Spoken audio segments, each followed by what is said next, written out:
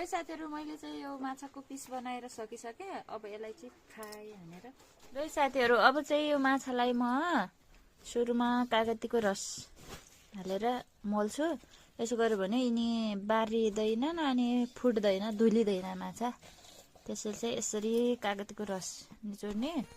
अब त्यसै गरी यसमा हल्का बेसारहरू पनि राखिदिए अनि त्यसपछि नुन राखेर त्यसै गरी अब चाहिँ यो पिसेको मसलालाई पनि है सँगै मोलिदिन्छु म। बारीकोटको माछा पनि यति मिठो हुन्छ नि, कहिले माछा नखाने मान्छेलाई पनि एकदमै मनपर्छ क्या। यो पानी नै त्यस्तै छ हाम्रो। साथीहरू, मैले चाहिँ यो मसलाहरू मसलेर रेडी बनाइसकेँ। अब चाहिँ यसलाई म तेलमा हाल्छु। तेल चाहिँ मैले यहाँ खराइसकेको छु।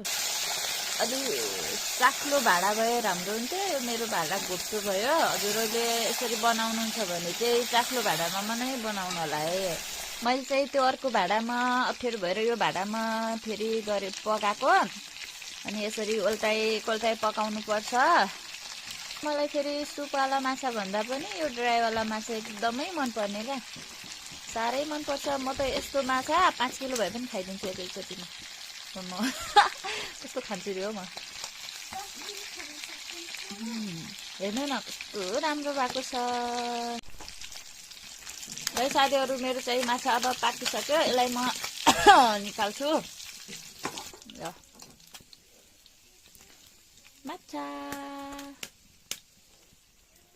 अब निक्लिसक्यो माछा। है साथीहरू, अब चाहिँ म यो माछा खान्छु। कस्तो भएको छ चाख्छ है।